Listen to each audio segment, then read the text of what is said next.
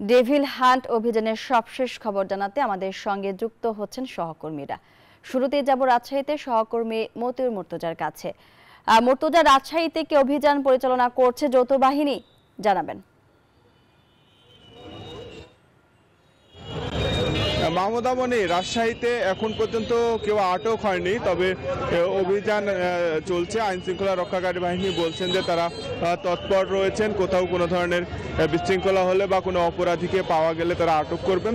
কালকে রাত থেকে তারা বাড়তি সতর্ক অবস্থায় রয়েছেন। নিরাপত্তা ব্যবস্থা জোরদার করা হয়েছে এবং সাধারণ মানুষের সাথে আমরা কথা বলেছি। তারা বলেছেন যে এই অভিযানকে তারা স্বাগত জানান। কোথাও যদি কোনো আইন শৃঙ্খলা পরিস্থিতি অবনতির মতো ঘটনা যেন না ঘটে, সেক্ষেত্রে এই অভিযান গুরুত্বপূর্ণ ভূমিকা পালন করবে। তবে রাজশাহীর যে সাধারণ মানুষ রয়েছেন তারা বলছেন যে তারা অত্যন্ত আনন্দিত বা তারা এই অভিযানকে তারা স্বাগত জানিয়েছেন, যেন অভিযান জোরদারভাবে পালন করা হয়। কোথাও কোনো আইন শৃঙ্খলা ব্যত্যয় ঘটলে এই অভিযান আরও আইন শৃঙ্খলা পরিস্থিতি আরও মজবুত করবে এবং কোনো ধরনের কোনো অপ্রীতিকর ঘটনা না ঘটার ক্ষেত্রে এই অভিযান যেন জোরদারভাবে চালানো হয়। রাজশাহীতে যারা অপরাধী রয়েছেন তাদের বিরুদ্ধে যেন কঠোর পদক্ষেপ নেওয়া হয়, সেই দাবি কিন্তু তারা জানিয়েছেন। আর সার্বিকভাবে রাজশাহীর আইন শৃঙ্খলা পরিস্থিতি স্বাভাবিক রয়েছে। তারা বলছেন যে একেবারে আগে থেকে রাজশাহীর আইন শৃঙ্খলা পরিস্থিতি স্বাভাবিক রয়েছে। তারপরও বাড়তি এই অভিযান শুরু হওয়ার পর থেকে কিন্তু আইন শৃঙ্খলা পরিস্থিতি আরও জোরদার হবে। আর রাজশাহীর সাধারণ মানুষ স্বতঃস্ফূর্তভাবে এই অভিযানকে স্বাগত জানিয়েছেন।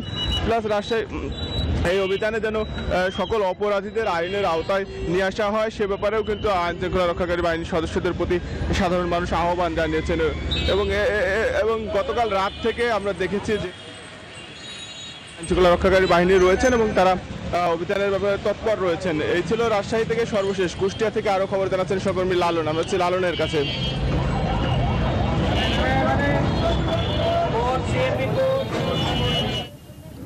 মতিউর মুর্তজা, রাজশাহীর মতো কিন্তু কুষ্টিয়ার অবস্থাও একই রকম। আমি আজকে সকালেই কুষ্টিয়া মেডিকেল কলেজে স্থাপিত যে অস্থায়ী সেনা ক্যাম্প, আমি সেনা ক্যাম্পের সাথে যোগাযোগ করেছি। তারা আনুষ্ঠানিকভাবে কোনো বক্তব্য না দিলেও জানিয়েছেন যে গত রাত 12টা থেকেই কিন্তু সেনাবাহিনীর যে যৌথ অভিযান, বিশেষ করে সন্ত্রাসী, অস্ত্র ব্যবসায়ী, মাদক ব্যবসায়ী সহ যারা আইন শৃঙ্খলা পরিস্থিতি অবনতির সাথে জড়িত তাদের ধরতে বা আটক করতে কিন্তু অভিযান চলমান রয়েছে। এখন পর্যন্ত আনুষ্ঠানিকভাবে সেনাবাহিনীর পক্ষ থেকে কোনো তথ্য জানানো না হলেও আমরা যতদূর জেনেছি যে আসলে জেলাব্যাপী কিন্তু কি অভিযান পরিচালিত হচ্ছে।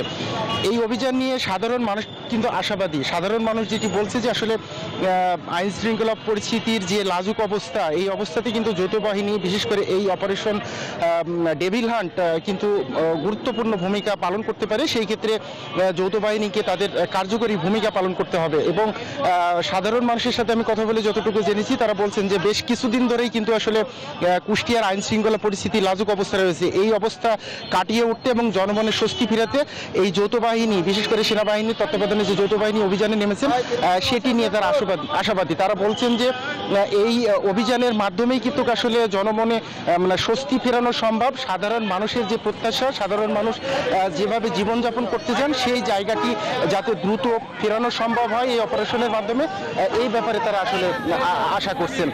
তো মাহমুদামণি, আমার কাছে কুষ্টিয়া থেকে অপারেশন ডেভিল হান্ট নিয়ে এই ছিল সর্বশেষ। লালন, আপনাকে ধন্যবাদ এবং একই সাথে ধন্যবাদ মুর্তজা আপনাকেও।